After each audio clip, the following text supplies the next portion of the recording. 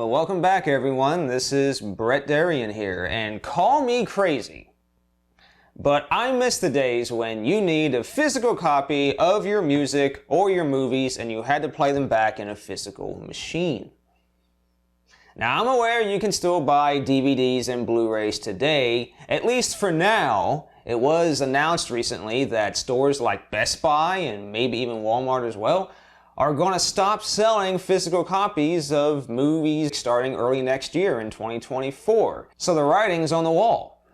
The physical media just isn't selling like it used to, and the market for physical media is a lot smaller now than it was 15, 20 years ago. And with, you know, streaming and digital downloads being what it is now, I guess it's no surprise. But meanwhile, though, I just keep going further down that rabbit hole, and I got my first Laserdisc player in 2023. This is a Pioneer CLD-D604. This is like a mid-range model of Laserdisc player, and the back here has two composite outputs and two S-video outs, as well as some analog audio out jacks, and as well as some digital outputs as well. For you got your optical output as well as your AC3 audio output, which is really special for Laserdisc. Now, this isn't going to be a video really detailing the history and the technical details of Laserdisc. There's already a lot of videos on YouTube covering that really well. They explain it a lot better than I ever could. So if you are interested in the history of Laserdisc and everything, I highly recommend checking those videos out. This is just going to be about why I decided to get into Laserdisc and some little tidbits of information here and there, and my history with it. And well, there really isn't a history with it, at least not for me, because I never had Laserdisc when I was growing up as a kid. I never was even aware of Laserdisc because I never saw it anywhere. Of course, I wasn't looking for it either. My parents never had Laserdisc, and as far as I'm aware, no one I knew, no family member or anything, ever had Laserdisc. So this is all totally new to me. And I'm betting part of the reason why my parents and family never really got into Laserdisc or never sought them out was just because of how expensive they were. Check out this old forum thread that I found on Laserdisc database. It lists the suggested MSRPs of various different Laserdisc players. And if you scroll down to a particular model that I have, you can see here that my model originally retailed for $1,035. And if you adjust that for inflation, that's equal to over $2,000 now. So imagine paying over $2,000 for a brand new 4K Blu-ray player today. You probably wouldn't do it. And check out this copy of The Secret Garden that I got recently on Laserdisc. You can see the price tag here of $8. That's how much I paid for it. But underneath that sticker, you can see what I assume to be the original price sticker, which is $34.99. And if you adjust that for inflation, that's equal to $74 today.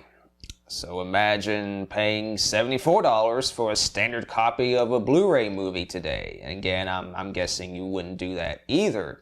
And of course, what's the point in buying a Laserdisc player without actual Laserdisc? So as I just showed you, this is a copy of Secret Garden. I've actually never seen this film, so now I'll be able to watch it on a Laserdisc, so that's really cool. And when you look at a Laserdisc, especially for the very first time, it leaves a very good first impression. The discs still look really fancy and really futuristic even today, and I'm definitely impressed by how the discs look, and especially by how big they are. I mean, just look at this. I mean, look how gigantic this is. This is literally the size of a vinyl album.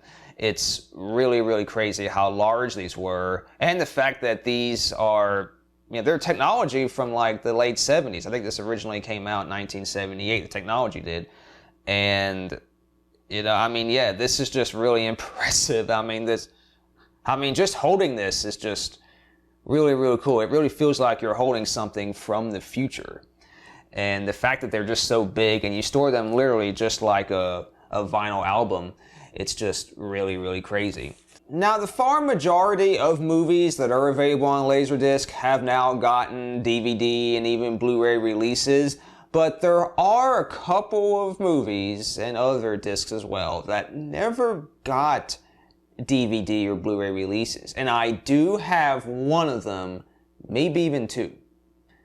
And one of them is this one here. We have Josh and Sam on Laserdisc. Now, I already have the VHS copy of this movie, but it also got a Laserdisc release, but never came out on DVD or Blu-ray. And at this point, it probably never will. So in theory, this is the best copy of the film. So I'm very happy to have this because I do like this movie. And we'll be doing video comparisons of Laserdisc using this film. Now, next up is another special Laserdisc, I do believe, and that is Beauty and the Beast.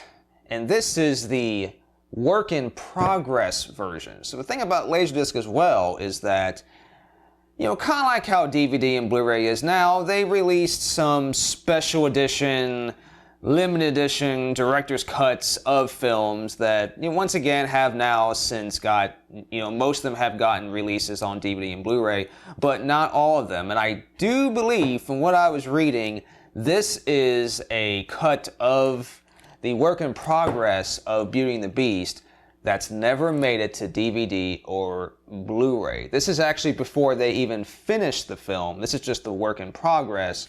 And if you open up the sleeve here, you can see all kinds of details here and pictures. And it says you can experience one of the most fascinating moments in film history when, for the very first time ever, the Walt Disney Company unveiled a work in progress to the public. So this version of the film was actually shown at the New York Film Festival in 1991.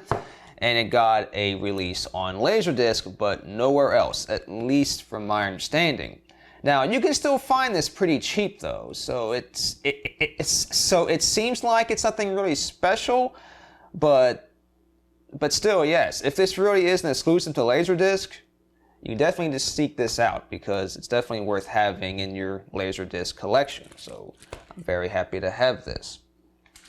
Now, one other movie I do have on Laserdisc that I picked up just because it was cheap, and all these are from eBay, by the way, is a Perfect World on Laserdisc. This is a really good copy of the movie, and I really like this movie. This is one of my favorite Clint Eastwood and Kevin Costner movies. And of course, this is available on DVD and Blu-ray now, obviously, and I have a Blu-ray copy of this movie, but I'm happy to have it on Laserdisc as well. So, anyhow, guys, that's it for my explanation about Laserdisc. So now, let's put this Laserdisc player in its new home, and we'll play some Laserdiscs. So stay tuned for that. Alright, so here's the Laserdisc player in its new home.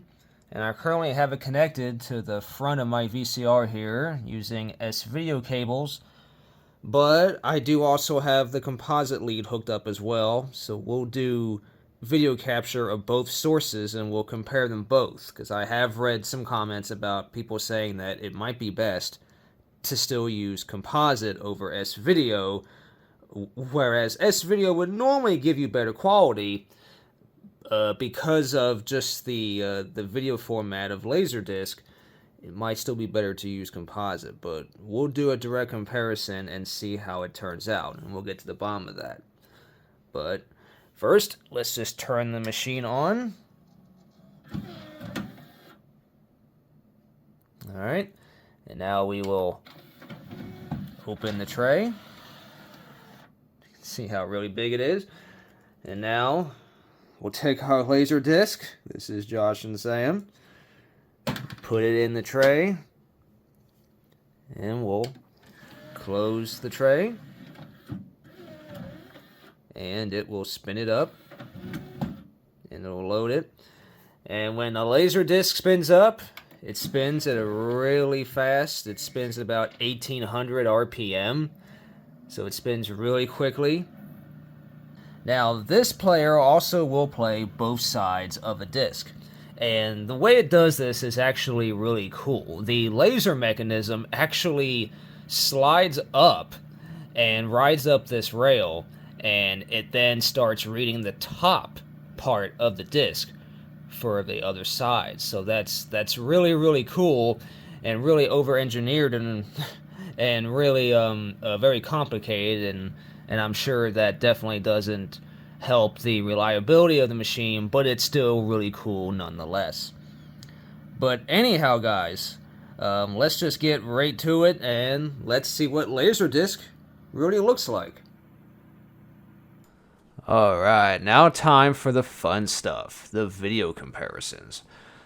So first I'm going to show you what VHS looks like. This is a VHS copy of Josh and Sam, and I'm not upscaling this in any way. I'm not using any upscalers for any of these video clips you're going to see, but this just gives you an idea of what VHS looks like, and I'm capturing this directly from the VCR. And now we're going to compare it to the Laserdisc copy of the film and see if that looks any better. And short answer, I think it does look a little bit better. It's not night and day difference, but I do think the colors especially look more saturated. Like if you look at the red there on the car and the kids' faces, I think the colors pop a little bit more here in this Laserdisc version. And the picture itself, I think, is just maybe a little bit cleaner, maybe not necessarily more sharper, just a little bit less fuzzy and just a little bit cleaner to look at. Now, one other thing I will note here is that even though I'm not upscaling the video coming out of the VCR or the Laserdisc player, this video technically is being upscaled because I'm rendering the video in 1080p and uploading it to YouTube. But I don't think that's going to skew the results in any direction. I just think this gives you an idea of what Laserdisc quality is, and that it is an improvement with VHS. Of course, not all Laserdisc movies are created equal, the same for VHS, so your mileage may vary, but I do think this is an improvement. But this is using composite cables, though, so let's switch over to S-Video and see if that looks any different. And honestly, it's hard to say. I think this looks pretty identical, really. I don't think it's degrading the picture at all. Some might say that it might, but I don't think it is. At least I don't see any real evidence of that. But you're also not getting any benefits either. I think this is a very similar situation to like playing standard VHS tapes in an SVHS VCR, or if you to do something like convert composite to HDMI or something like that, you're still going to get composite video, even though you're converting it and adapting it and all that stuff. You're not really getting any benefit, and I think this is a similar situation. But either way, I think this still looks fine. Composite looks fine. So whichever one is more convenient to use, I would just go ahead and use that one. I wouldn't really lose sleep over which one is better than the other. I think they're pretty identical. But we're not done yet. This is the Laserdisc recorded on a SVHS tape in SVHS quality, which I do think degrades quality slightly, but that's to be expected though, since this is a recording. But doing this though allows you to record multiple disc onto one tape, so you don't have to worry about swapping discs out or flipping the disc over, or if you don't want to wear out your player or wear out your disc by playing them, you can just record them to an SVHS tape and you'll get very similar quality. So I do think this is not a bad solution. Or maybe I'm just talking a bunch of nonsense, because flipping the discs over and swapping discs out is just part of the Laserdisc experience, and recording Laserdisc to a VHS tape just defeats the purpose of having a Laserdisc player. So that's all true.